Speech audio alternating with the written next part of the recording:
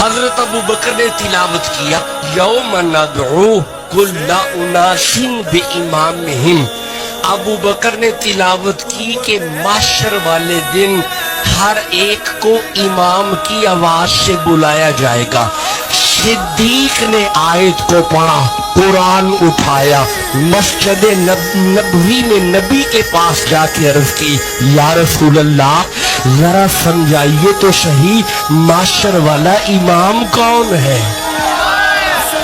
علامہ ابن حجر فرماتے ہیں ابو بکر نے 70 دفعہ پوچھا, نبی چپ رہے, صدیق بھی چپ ہو گئے. اچانک مسجد نبوی کے درمیان والے دروازے میں سے مولا علی کو آتے ہوئے دیکھا, ادھر علی کو آتے ہوئے دیکھا. نبی چہرہ اٹھا کے فرماتے صدیق اب پوچھ کیا پوچھتا ہے, حضور وہ محشر والا امام کون ہے؟ نبی نے ہاتھ اٹھایا, آتے ہوئے علی کی طرف اشارہ کیا. ابو بکر دیکھ بھی لے اور پہچان بھی لے, وہ محشر والا امام میرا علی ہے.